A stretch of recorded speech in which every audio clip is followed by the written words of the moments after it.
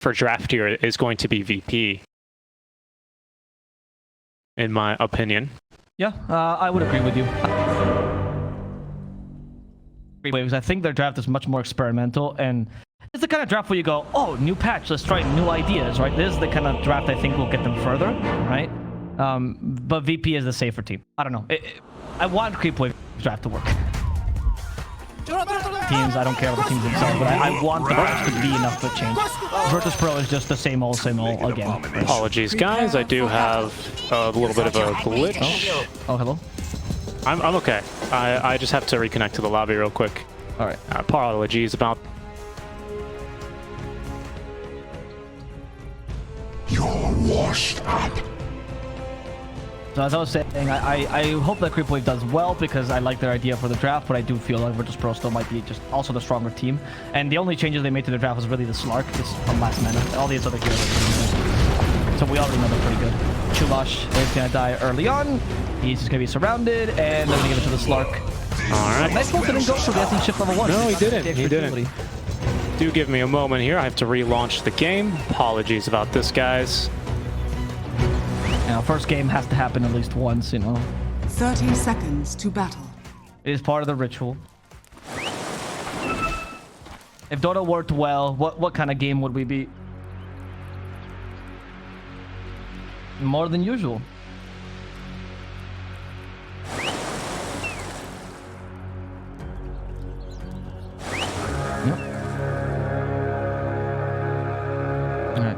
There we go. I'm good to go. One thing I'll say is that I always mention how Creepwave likes to make games interesting, and this is definitely the draft that makes games interesting. I like their philosophy a lot. I don't know if I'm entirely sold on a Morphling mid. It depends on how you play it, because obviously it's a tempo draft, so Morphling kind of has to out-tempo.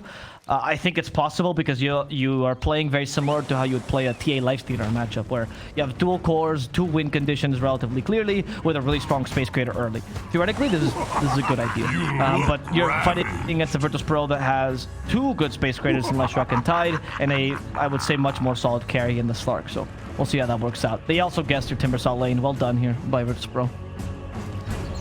Well, Red, yeah, they have got some respect for now the 16-year-old offlaner for Creepwave. Used to be 15, was one of my favorite personalities in the scene, and still kind of is, as we can see.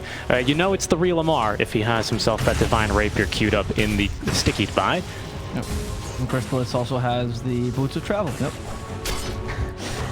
The only team that has decided to play around with that to make sure that they will never be accused of smurfing or changing their players or anything like that. We know these guys aren't imposters. They're the real deal. It's something I've just always noticed. There we go. Nightfall now getting a little bit more aggressive with that essence shift on over to Amar. This lane is going to be a bit more difficult, although Chuvash really looking to apply the pressure onto save. Level 1 Thunderstrike really darn good, but the Lion with the Earth Spike always threatening to return for the kill. So you do have to be a little bit careful here in the trades.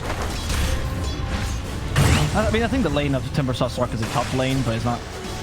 Timbersaw will get something out of this lane. We've seen Timbersaw deal with bad lanes before, like the Luna lane. It's just that Nightfall will get good farm early.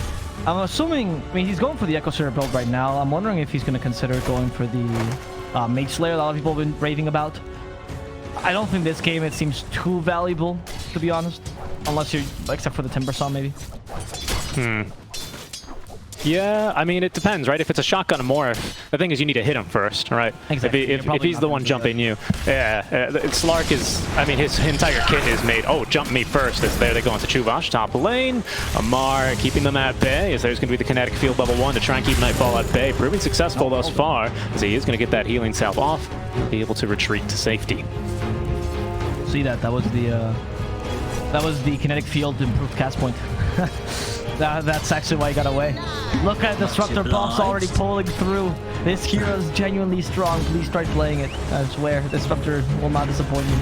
I'm also happy because we're going to get to see, hopefully, some more Eastern European Disruptors, which is, in my opinion, the best region for Disruptors. I used to watch solo Disruptor, like, day on day on day. I just used to watch his replays and follow him around and just watch what he would do and be amazed, honestly. He was the most impactful 5 I've seen in a long time.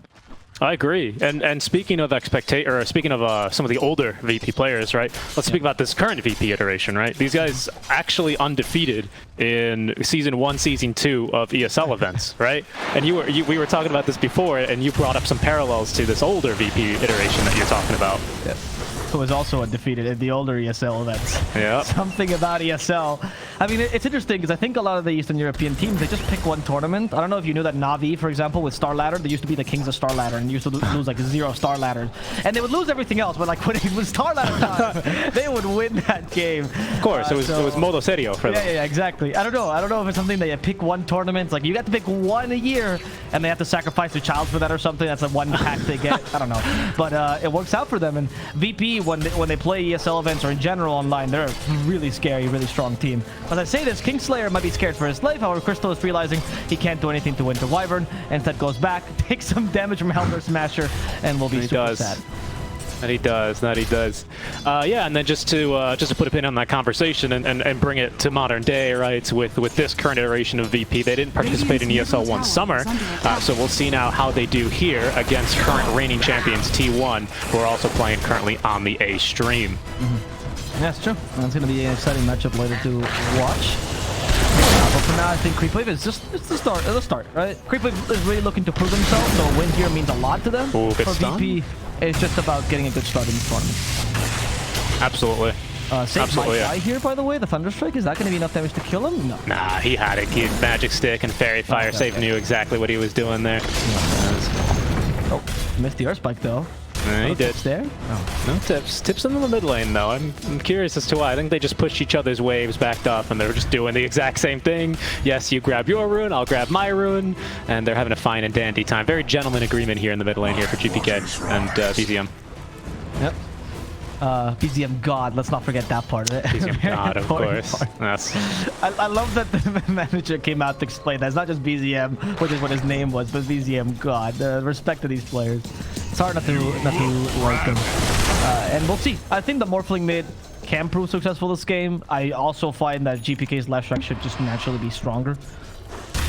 As in, like, he will be able to make much more space easier. He gets to push towers, even with the cages to devolve. He didn't not much of a deal. And he's actually better against the hero as well. Chuvash top. Now he will go.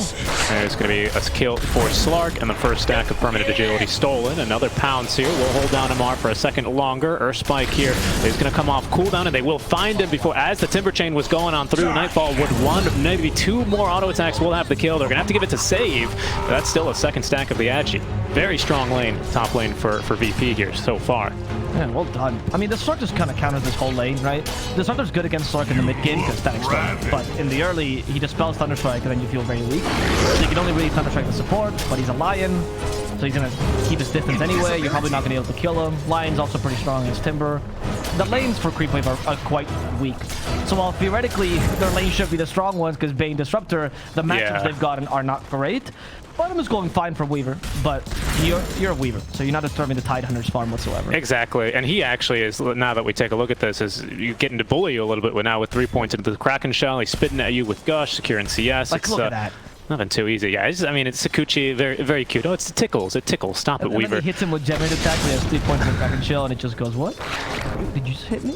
Which was the problem the Weaver was having, by the way, last patch. Omar just got stunned by him. Yep. Oh, never mind, it was a bait. It was all a bait to go for save. Well, Omar has no points in Whirling Death, no damage. The Timber Chain misses. I'm going to go for Chuvash instead. TP's coming. And the fish is attacking the fish. Fish on fish warfare. He's not able to kill off Chuvash though. As Fishman joins the fray. Has Nightmare ready. Is that enough range just to catch a single hero? Is going to be the Lion dancing. And Fishman surprises him. Nightfall, well played actually. Wow. Taking the Nightmare off with the Dark Pact. Precise execution. On point, Nightfall. Yeah, that looked really good. Crystal's down bottom. He is currently bullying Kingslayer. That has at least dragged DM away from the creep wave momentarily. But he's not going to be able to look for that kill. Top there. Still hunting, though. They want Nightfall.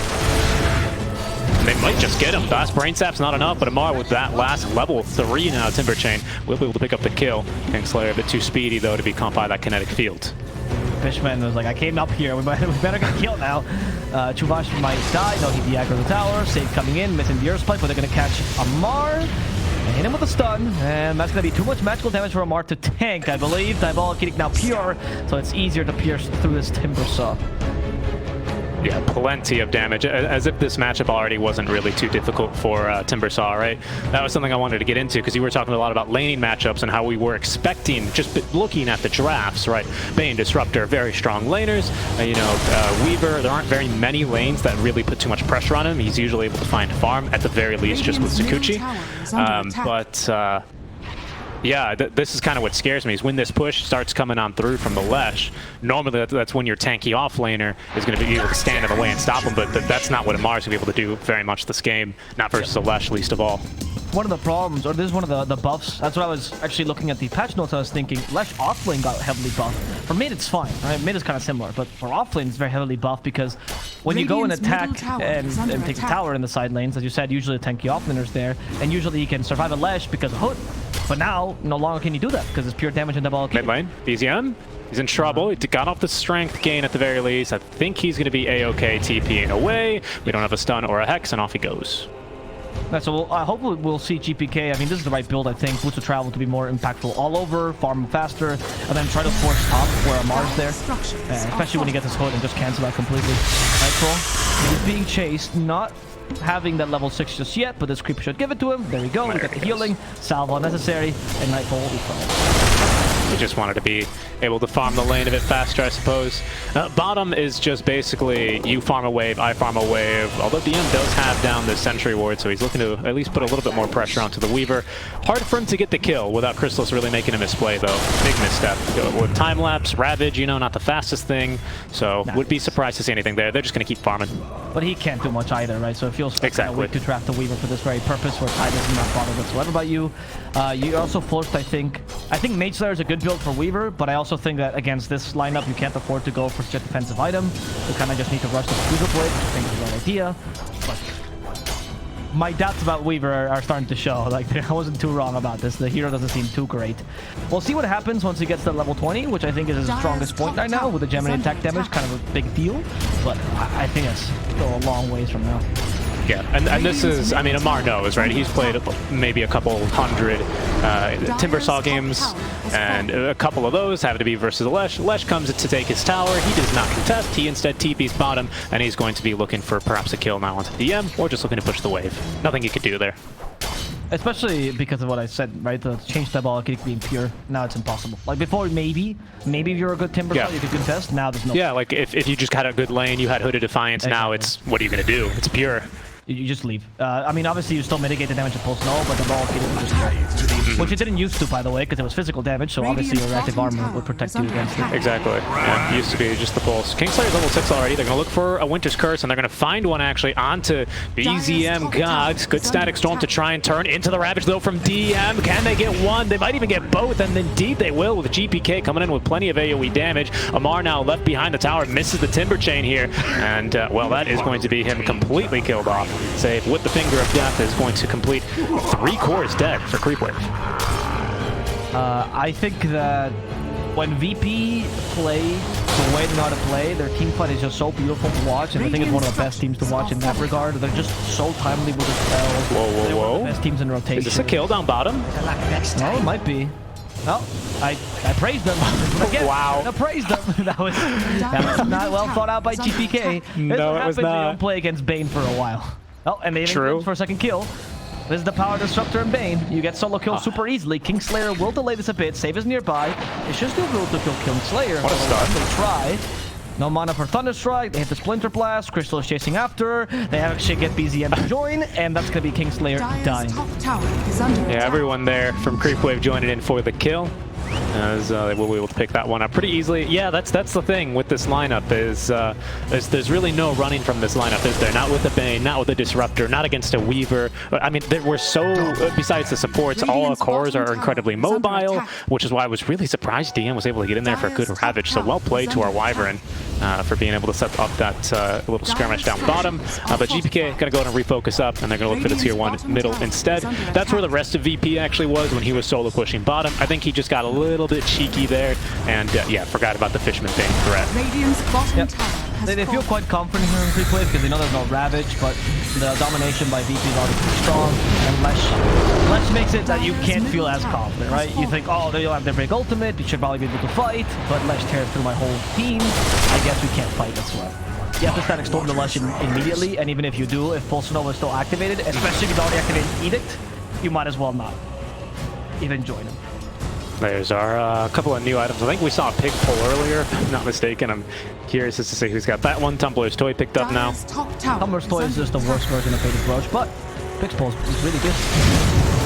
What's going on here? Static Storm. Okay, they caught the Slark. The Lion actually is the target, because Save seems like an easier target here. Nightfall will be able to Shadow Dance DP. Save will not be so lucky, and he'll give his life. Crystal is even joining in.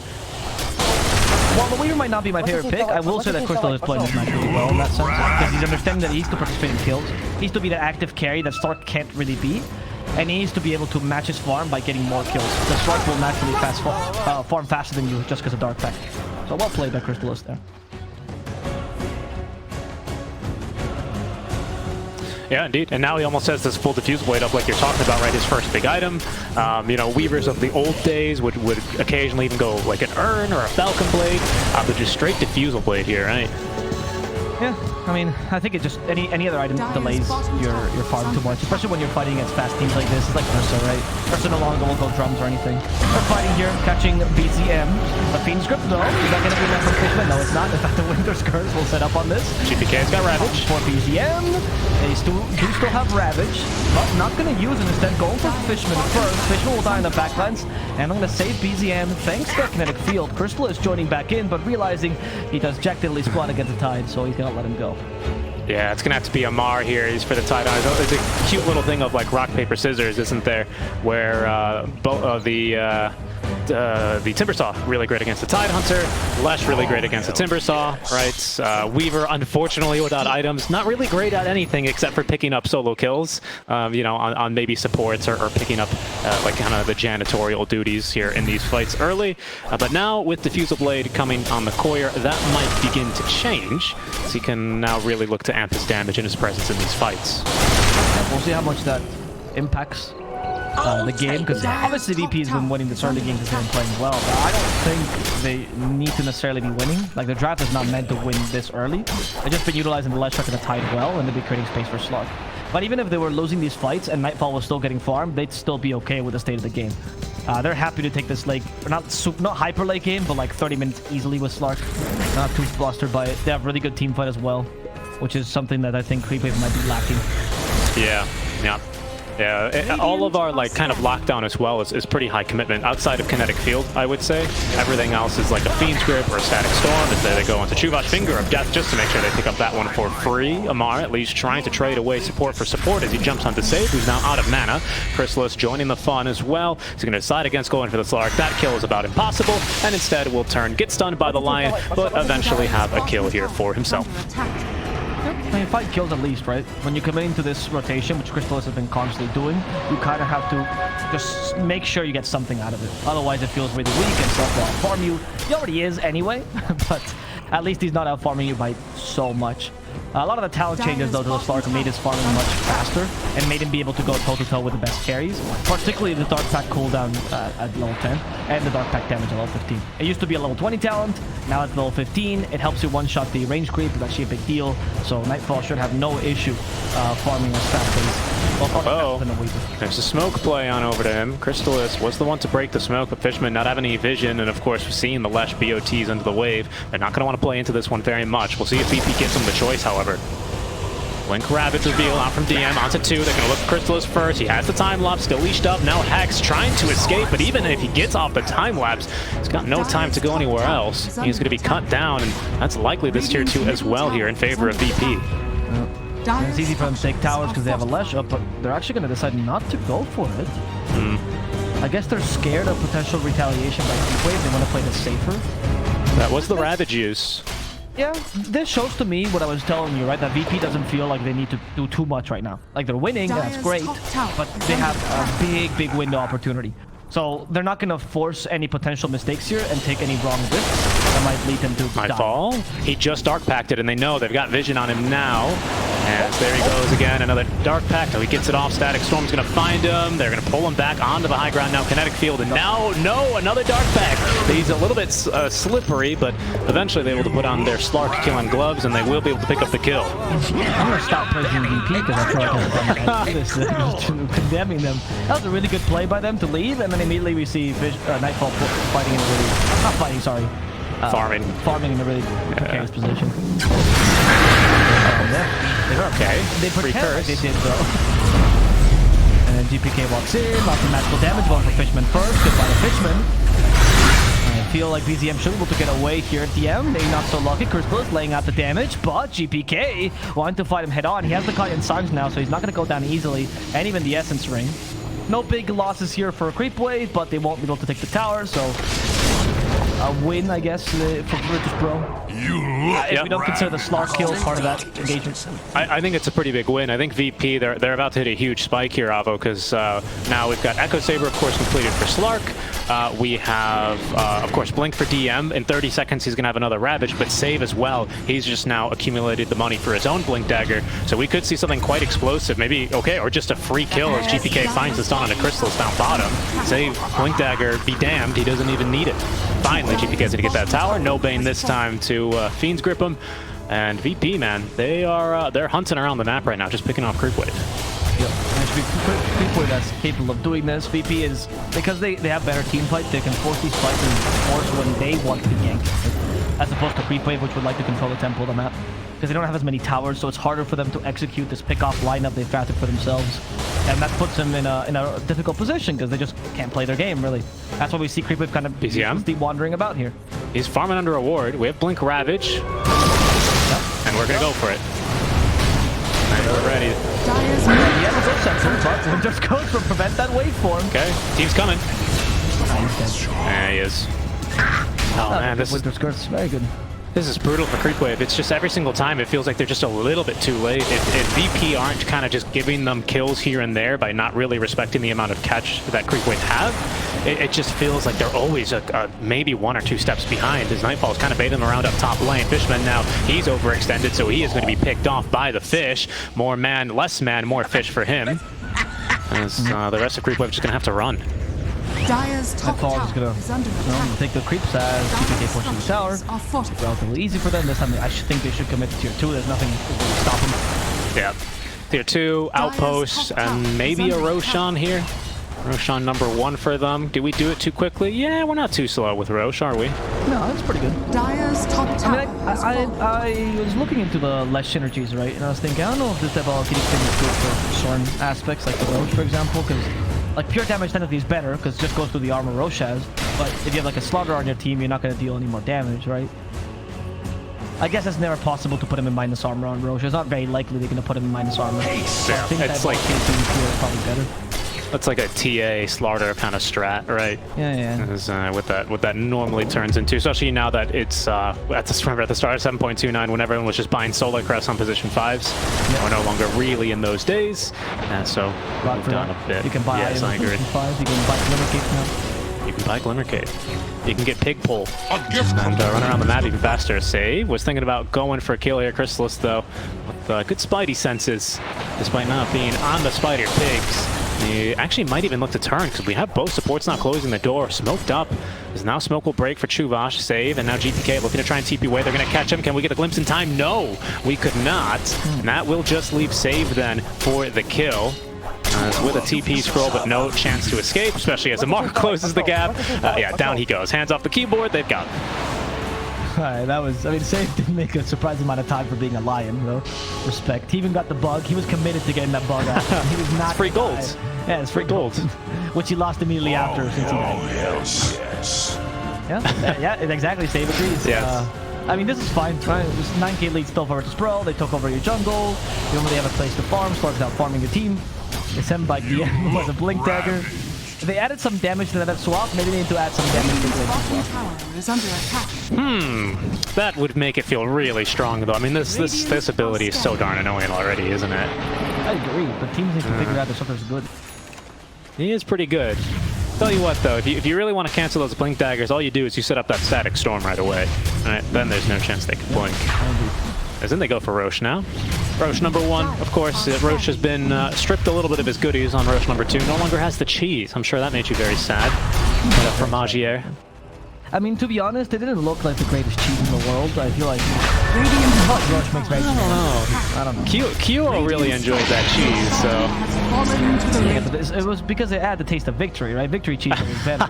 You know, when I used to do my relay races as a kid, and my dad used to give me Parmesan as victory, I tasted better because, well, Parmesan. Yeah, it was Parmesan Reggiano, right? Yeah, the good one. No Adriano, none of that disgusting stuff. The quality one. I got you. Well, we'll see here. We've got a quality smoke coming from VP. Crystallis might be right in the path of this one, actually. Finger of Death at the ready. They're going to dodge a bit of damage, but the finger still comes through. DM even committing the Ravage. Will only catch Fishman with that, as the rest of the Creep Wave team need to just hit the road. They're going to have to leave their Weaver high and dry there. Not much they could do to help them outside of that Nightmare. Once again, reminiscent of the old VP, because they just use their spells, right? Better to use them and get the kill than potentially lose that kill. I still think that was a mistake, but I don't mind that philosophy of them. Comes back Nightfall, realizing Chu is surrounded, and he's not going anywhere. No, he's not. And VP's back immediately as well somehow. Moving very fluidly all over the map. Next, they're going to look for this mid-tier 1 tower. Still with Aegis here on Slark, S and Y completed on top of the Echo Saber and Diffusal Blade. So lots of stats here on our Slark for Nightfall. And we're going to get even more Avo here as he does try and build into that Eye of Scotty next. Okay, they almost just took the Aegis. That was a bold move from Amar, but once again, VP maybe playing a bit too aggressively there. Luckily, it's Slark with an Aegis and Shadow Dance, so he's good to go. Yeah, we too concerned. I mean, right now, Lesh is still out farming the Morph by a lot. Weaver has fallen behind so much. I do think BB has played this game better in execution. I think the draft is overall, the idea is just easier to execute, but I do find that the Weaver is getting replaced by other picks here, and probably even better for Crystallis. I think, I get the idea of a fast carry, I just don't think Weaver's that strong this patch. And especially not against a Winter Wyvern, right? I didn't see it like as a good pick this game particularly. Yeah, that's something that I rose. Yeah, the Tide lane especially. And then, like, I think this is Weaver definitely one of those carries because of how unique a passive, pardon me, Geminate attack is. You know, all of your items when you get them online, especially if they're auto attack modifiers or whatever, they're so good, right? They're worth a little bit extra compared to most heroes. But you need to get there, right? You need to get to that item. You need space for Weaver to get those items to have that advantage. And when the people that are trying to get you there are going to be a Morphling into a Lion, into a Lesh, right? Into even, you know, Slark doesn't have too bad of a matchup, right? Because the more you hit him, the more he hurts. And then Timbersaw as well, right? We've highlighted his problems versus the Lesh specifically this game. It feels really difficult. We'll see though, is they're looking for save. Also, wait till Slark gets his Scotty, which is going to be the biggest turning point. I think maybe it's save do something for them. You'll get it at the same time as the level 20. They're going to try for GPK? Oh, but they missed. They almost had the Fiend's Grip, but they just were a bit too late. Oh, and now negotiation? Yeah, they need to get out. Oh, they saw him. They saw Fishman. At least they won't catch Fishman. Yeah, at the least. I was gonna ravage. Does he have it? He does.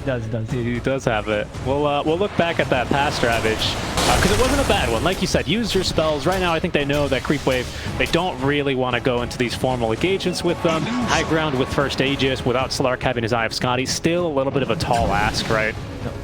So I think it's wise to just use the spells. As here goes GPK, right back down bottom. As we'll see what he can find. Instead, he's going to find himself a Yule's done by Amar. But they have at least found, oh, this is a big one. BZM, he gets caught. He was farming in the triangle, and he will be taken down. Tower is under attack. All right, well done. Nightfall. He's put the pressure down bottom. He has 21 extra agility, not bad. Enough to push maybe a quick tower. Unless he starts stealing more from ATF, and he will take some from Amar. And Nightfall will now try to take this tower. He then goes back. Shout out to Melee, expecting the attack storm. Wow. GPK will just find his kill on Fishman. So, hey Fishman, he's a bit too tanky. Actually, comes back with the Fiend's Grip, but saved by the Ravage. The hits 4 people. Earth Spike. What an Earth Spike. Ravage here hitting 2. And it's Crystallis alone. He's been hexed. He does get the kill on the Wind Dwelling. Kingslayer's down. But they're going to slay the Kingslayer. Crystallis with the BKB, at least getting the kill on the 2 supports. Has the time up still. And apparently not going to get a concern with him. It's just going to be a Rax instead, which is much more valuable than his life. But BZM will come back and put the fear into their scale.